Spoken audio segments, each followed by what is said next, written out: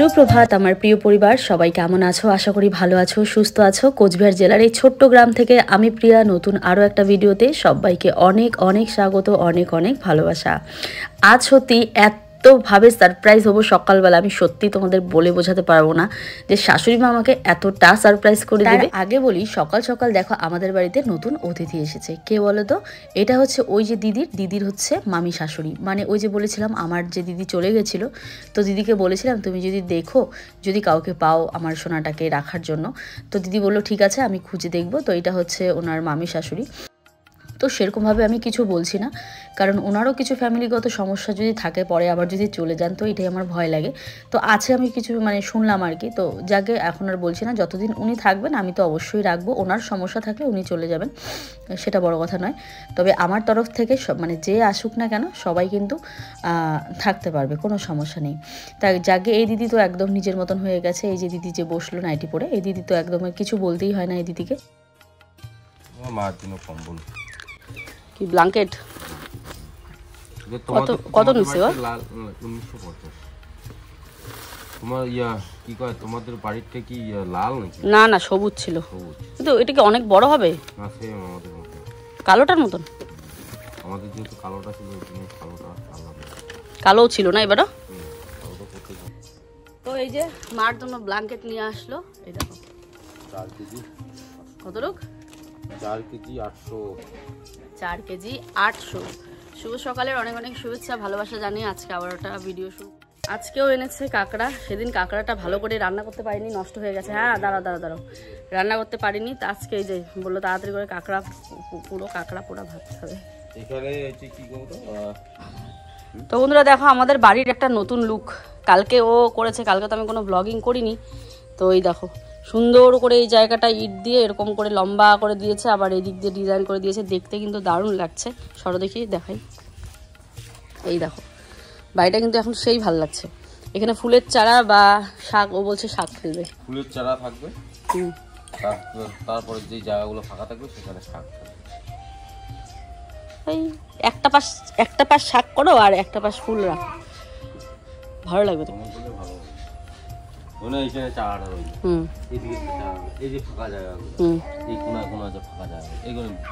বীজ ফেলাই দেবে, ফুলের চারা তো বড় হবে। ঠিক আছে। তো এই জায়গাটা কালকে করা হয়েছিল, দারুণ হয়েছে জায়গাটা। দেখো এখন এটাতে মাটি ভরতে হবে। মাটি ভরলে দেখতে জায়গাটা দারুণ লাগবে।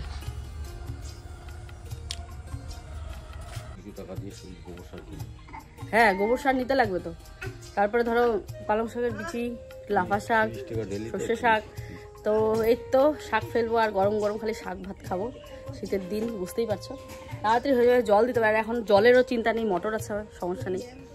আচ্ছা বলে দিচ্ছি, এই ক্লিপটা হচ্ছে মানে আগের দিনের, যেদিন আমি ব্লগ করিনি বললাম সেই দিনের। তো মা এসেছে আমার জন্য একটা দারুণ জিনিস নিয়ে। ওই যে বার্থডের পরের দিন মা গেছিলো আর আমাকে বলে গেছিলো যা বার্থডেতে বানাও না কেন পরের দিন কিন্তু অবশ্যই রাখবে। তো দেখো এই যে রেখেছিলাম, কিন্তু মা তো আসেনি। মা এই 1 সপ্তাহ পর আসলো বাপের বাড়ি থেকে। কিন্তু ওই যে বলে গেছিলো আমার জন্য বার্থডের কিছু একটা আনবে। বলো তো কি নিয়ে এসেছে? কি নিয়ে আসছো দেখাও। এই যে দেখি জন্মদিনের উপহার। ওই যে বলেছিল আসবে পরের দিন, আর কিন্তু আসেনি। তো দিদা নাকি আটকে দেয়, যাই হোক। তাই যে আজকে জোর করে আসলো আর কি। তো সেন্টার আছে তো সেই জন্য। তো এসেই বলছে এই দেখো তোমার জন্য উপহার নিয়ে আসছি জন্মদিনের। তাই আমি বলি সেন্টার যাওয়ার আগে গরম গরম পিঠে খেয়ে যাও। তো ভাজা যখন হচ্ছেই, কিন্তু আমার সকালবেলা আমার মনটা বলতেছিল যে মনে হয় যদি এখনই বোধহয় আসবে। পিঠা দাও তো, মিষ্টি মিষ্টি ঠিক আছে নাকি?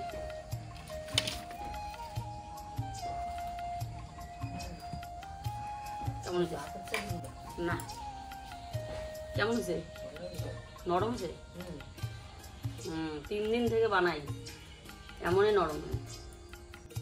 এই পিঠে পুলি আমাদের বাড়িতে 3 দিন থেকে চলছে। প্রথমে তো একবার করে খেলাম চিনির শিরা দিয়ে, মানে চিনির রস দিয়ে, মানে কি বলবো, হ্যাঁ চিনির রসই তো বলে ওটাকে। তো সেটা দিয়ে খেলাম। তারপরের দিন ওই আয়ুষের একটা শ্যুট ছিল, সেখানে আমি বানিয়েছিলাম অনেকগুলো। ঘুম থেকে উঠে আয়ুষ বলছে, মা কালকে আমার জন্য পিঠা বানাবা, কালকেরটা কালকেই শেষ। তো আজকে আবারও সকাল সকাল আমি কিন্তু এই যে পিঠা ভাজতে বসেছি। এতক্ষণ যে বসেছিলাম, এতক্ষণ ভাবলাম রোদ অল্প আছে করে নি, আর ঠান্ডা ঠান্ডা সকাল সকাল যে না রোদে বসে করবো বেশ ভালো হবে। ওরে বাবা রে বাবা, মাথার উপরে পুরো সূর্য উঠে পড়েছে, আর কি গরম। এখন আর কয়েকটা আছে, পিঠা কিন্তু অল্পই, বেশি না। আমি অল্প অল্প করেই ভাজছি, কেন কারণ আমি অত সময় দিতেও পারবো না এত সময় বসে। হ্যাঁ মানে পিঠে যে মানুষ ভাজে গামলা গামলা ভর্তি, তো এরকম আমি সময়ও দিতে পারবো না। তো যার জন্য আমি কিন্তু অল্পই ভাজছি, আর ভাজবো না, শেষ আজকেই লাস্ট। এই আয়ুষটা খেতে চেয়েছিল বলেই ভাজা। হ্যাঁ যাও, মা যাচ্ছে সেন্টার এখন। তো চলো আমি এখন তাড়াতাড়ি করে ভেজে নিই, ভেজে তাড়াতাড়ি উঠি, যে রোদ বাবা।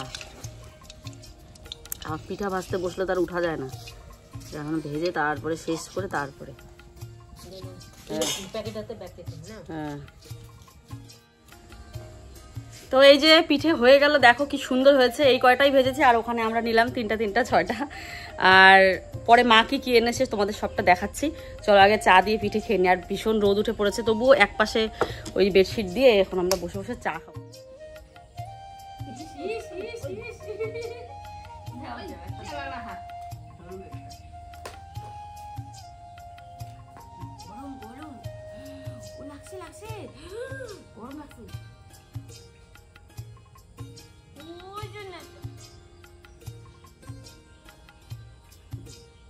এদিকে ছেলে তো এখন ধরা শিখেছে, মানে যেটাই সামনে রাখি না কেন ভুলে যাই, ওই যে ও ধরা শিখেছে এটা ভুলে যাই বারবার। তোরা সামনে রাখি ও খাপাত করে ধরে ফেলে। তো পিঠেটা হালকা গরম ছিল, খুব একটা গরম ছিল না, হালকা গরম ছিল, হাতে লাগতেই হাতটা ছেড়ে দিয়েছে।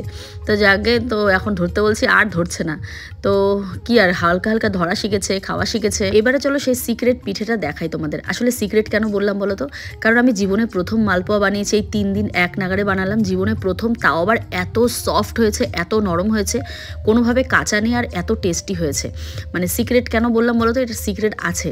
তো আমি অতনুর রান্নাঘর দেখে এটা বানিয়েছি, ভীষণই সুন্দর হয়েছিল।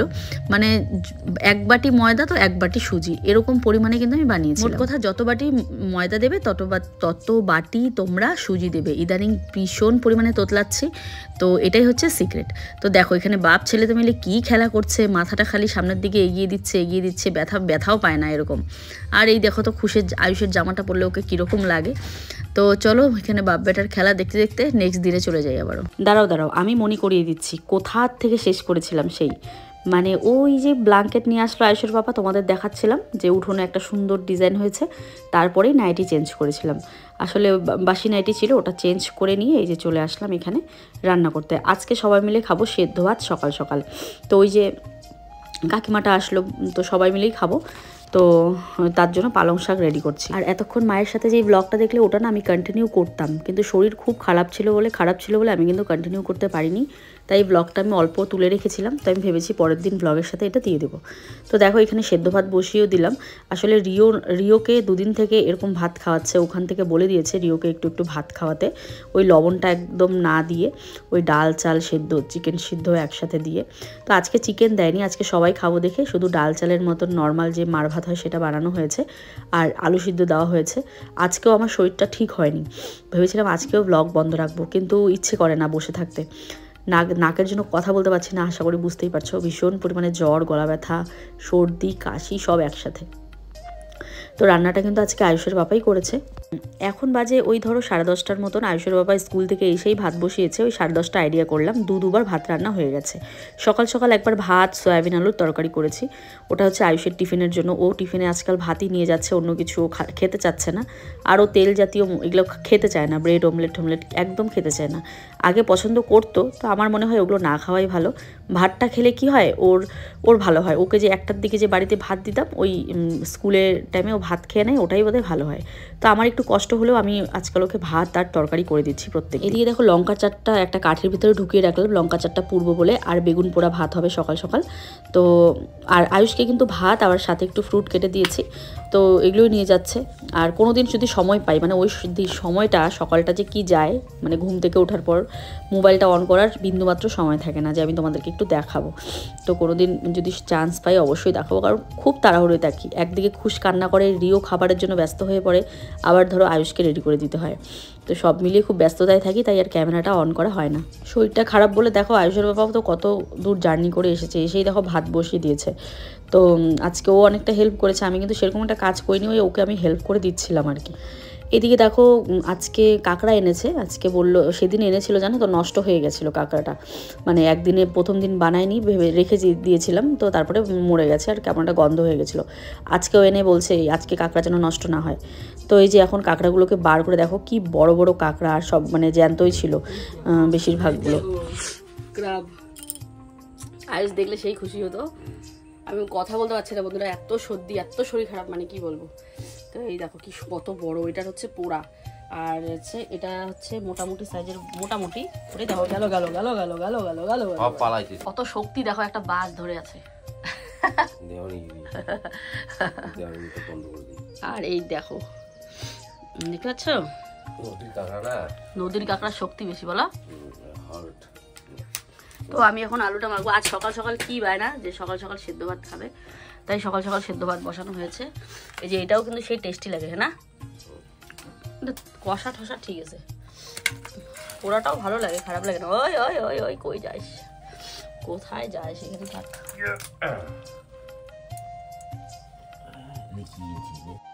তো এদিকে দেখো লঙ্কাগুলো পুড়ে নিচ্ছি উনুনের মধ্যে।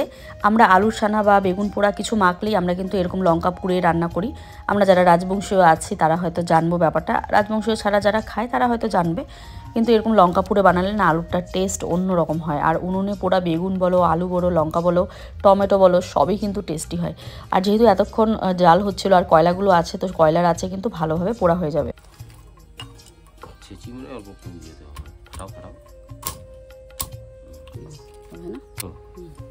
হয়ে গেছে ছেঁচা, দেখো এবারে এটাকে পোড়া দিব।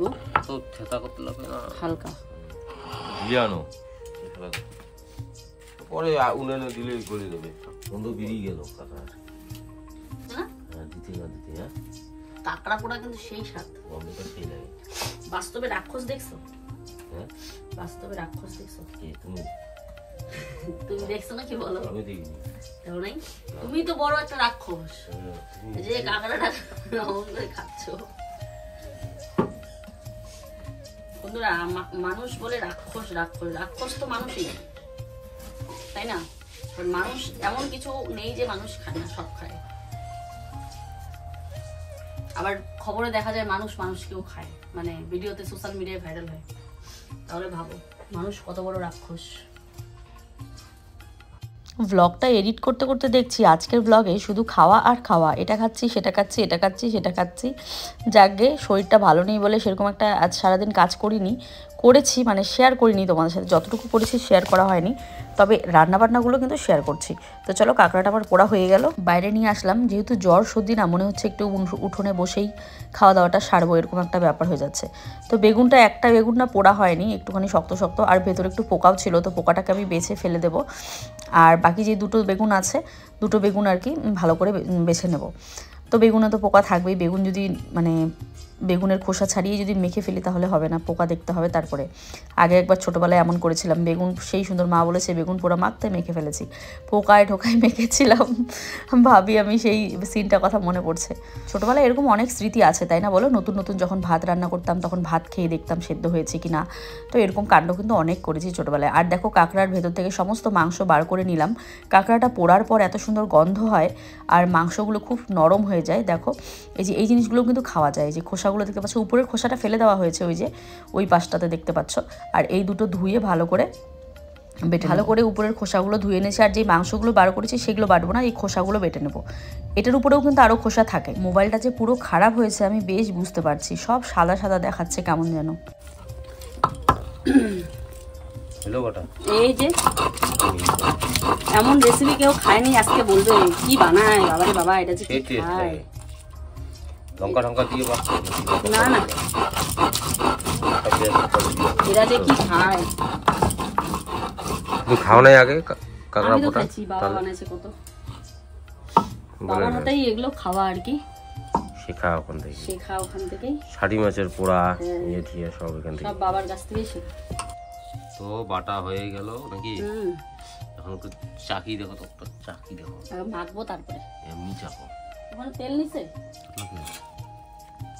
পেঁয়াজ কাটা হয়ে গেল।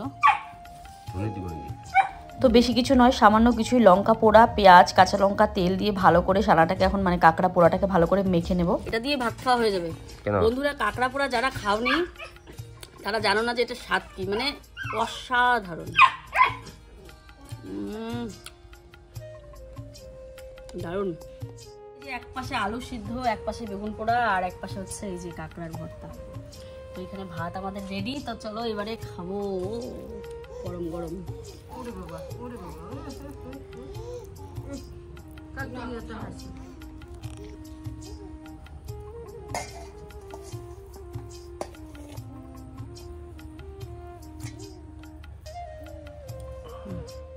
তো আয়ুষ তো স্কুলে চলে গেছে, এদিকে আমিও বসে পড়লাম খেতে, মাও সেন্টার থেকে চলে আসলো, আর ওই কাকিমাও খাচ্ছে, আর এই দিদি একটু পরে খাবে। দিদি চাটা খেলে না, সকাল সকাল সেরকম খেতে চায় না, একটু বললেও পরে খাবে, তোমরা খাও। আর দিদি এই ভাত খাবে না, দিদির ভাত হয়ে গেছে ঘরে, আবারও কিন্তু দুপুরের রান্নাও বসানো হয়ে গেছে, ঠিক আছে। তো সাদা ভাত দিয়ে খাবে দিদি। তো চলো এখানে সবাই মিলে খেয়ে নিচ্ছি। তো খাওয়া দাওয়া তো হয়ে গেল, এবারে স্নান টান করতে হবে।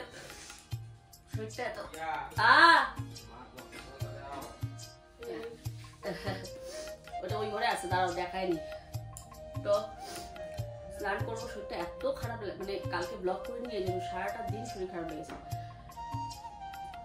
ব্লগ করিনি, ইচ্ছা করেই করিনি। তো আজকে করছি, মানে শরীরটা দিচ্ছে না, তারপরও ভালো লাগছে না, কেমন যেন নাকটা পারপর করছে, সর্দি লাগলে দেখবে, জ্বর আসলে কেমন একটা লাগে। তো চলো এবারে এই ঘরটাকে আমি একটু গোছাবো, কারণ নোংরা হয়ে আছে। আমাদের বাড়িতে এমন এমন কিছু অনুষ্ঠান হয়, ধরো 100-150 জনের কিন্তু আমরা অ্যারেঞ্জমেন্ট করি আর কি। তো এরকম একটা কড়াইয়ের বিশাল প্রয়োজন ছিল, তো আমি কিনতাম অবশ্যই। তোমাদেরকে বলেছিলাম আমি একটা বড় রান্নাঘর করব, সেখানে একটা বড় স্টোর রুম থাকবে, যেখানে আমি শুধু বাসন কোসন রাখবো আমার ঘরের অনুষ্ঠানের জন্য। তো দেখি শাশুড়ি মা যদি এত বড় একটা নিয়ে এসছে, মানে আমি 100-150 জনকে খুশি করতে পারবো, এত সুন্দর একটা জিনিস। তো দেখো কড়াইটা কিন্তু বেশ সুন্দর ছিল, আমার তো বেশ ভালো লেগেছে। তোমাদের কেমন লেগেছে কমেন্ট করে জানিও।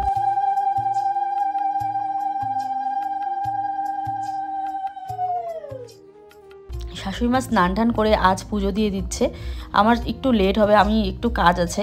তো মাকে বললাম তুমি যখন স্নান করেছো একটু পুজোটা তাহলে দিয়ে দাও। তাই যে মা পুজো দিচ্ছে, আর ইঁদুর দেখো বোতলটা নিয়ে কোথায় ঢুকিয়েছে, বড় বড় ইঁদুর আর কি আমাদের বাড়িতে।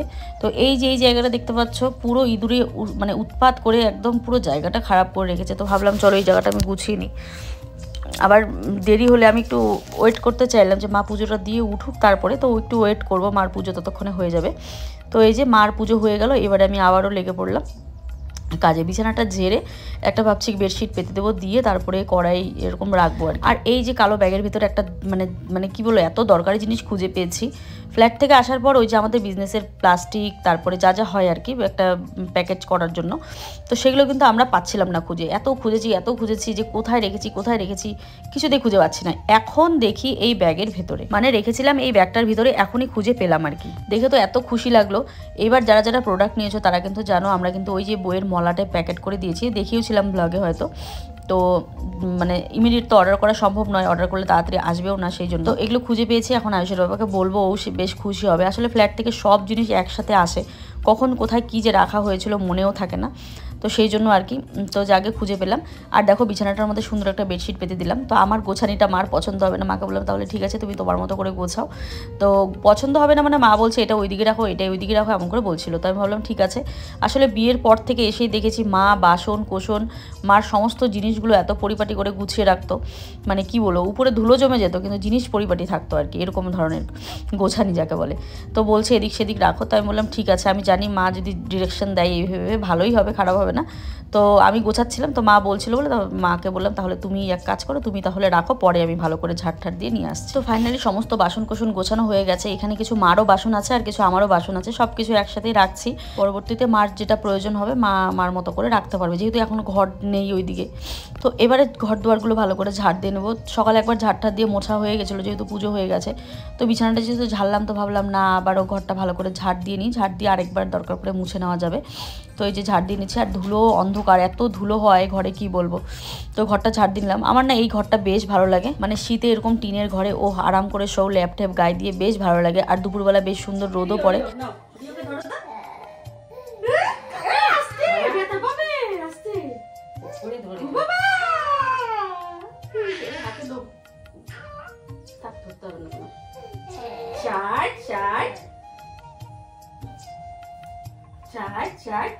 কাকে করে নিয়েছি, তোমাকে নিব না।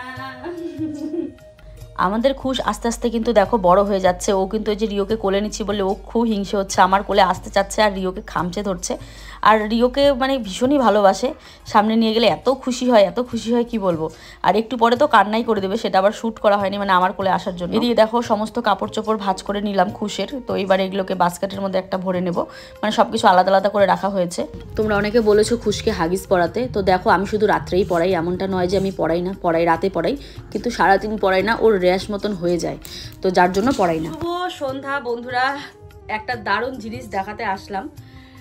হাজার ব্যস্ততার মাঝেও আমি কমেন্ট পড়ি তোমাদের, কমেন্ট পড়ে তোমরা যে এত ভালো ভালো আমাকে মতামত দাও, মানে ভালো ভালো যে কি বলবো অ্যাডভাইস করো যে এটা না সেটা, ভালো ভালো তোমরা অনেক কিছু বলো। আমি কিন্তু প্রত্যেকটা শোনার চেষ্টা করি, কিন্তু সবটা হয়তো করে উঠতে পারি না। তারপরেও আমার পরিবারের কথা ভেবে আমার এক দিদিভাই আমাকে কমেন্ট করেছিল যে বোন তোমার এত কিছু ভালো লাগে, অনেক দিন থেকে দেখছি তুমি একটা প্লাস্টিকের জগ ইউজ করো, যেটা অনেক বছর থেকে। দেখো প্লাস্টিকের জগ ঠকগুলো তো নষ্ট হয় না, যেহেতু আমরা ঘরে ওটা কাজ করি, ওটা থাকেই আর কি। তো সেক্ষেত্রে দিদিভাইটা আমাকে কমেন্ট করেছে অনেক দিন থেকে দেখছি তোমরা ওটা ইউজ করো। তো আমার রিকোয়েস্ট বোন, পরিবারের সুস্থতা কামনা করে তোমাকে একটা রিকোয়েস্ট করছি যে তুমি একটা স্টিলের জগ ইউজ করো।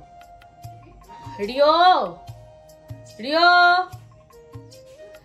তো যাকে সেই দিদিভাইয়ের আসছো বাবা, কি আসো আসো আসো, ওই শোনা, দেখো তো কাণ্ডটা দেখো খালি তোমরা, এই দেখো কোথায় দেখবে, আসো আসো আসো তো আসো এখানে।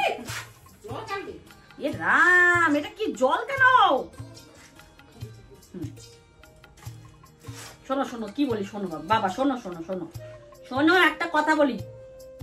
ও ভিডিও একটা করতে গেলে কত যে ঝামেলা, এই দেখো ঝামেলা নিয়ে আসলাম। তো তোমরা অনেকে বলেছিলে যে না, সেই দিদি ভাইরা বলেছিল যে প্লাস্টিকের জগগুলো বাদ দিয়ে একটা স্টিলের জগ ইউজ করো। তো আমি কিন্তু মানে সাথেই 1 মিনিটও দেরি করিনি, একটা স্টিলের জগ অর্ডার করেছি, যেহেতু আমার প্রশ্নটা আমার পরিবারের। তো সেহেতু এই দেখো, জল খাবে, জল খুব সুন্দর এসেছে, খুব একটা দাম না, আমি প্রোডাক্টটা ট্যাগ করে দেবো নিচে, তোমরা চাইলেও নিতে পারবে। আর স্টিলের তো খুব সুন্দর এসছে, ঢাকনাটাও খুব সুন্দর, আর সাথে জগের ভেতরটাও খুব সুন্দর, আর হালকা একটু ডিজাইন করা আছে, এই যে দেখতে পাচ্ছ। তো এই ছিল প্রোডাক্ট। তুমি জল খাবে? তো চলো বন্ধুরা, আজকের মতো ভিডিওটা এখানেই শেষ করছি। ফিরে আসছে আগামীকাল আরও একটা ভিডিও নিয়ে। আর যদি জগটা যদি ভালো লেগে থাকে, অবশ্যই আমি প্রোডাক্টটা ভিডিওর নিচে ট্যাগ করে দেবো, সেখান থেকে তোমরা পারচেস করে নিতে পারবে। টাটা।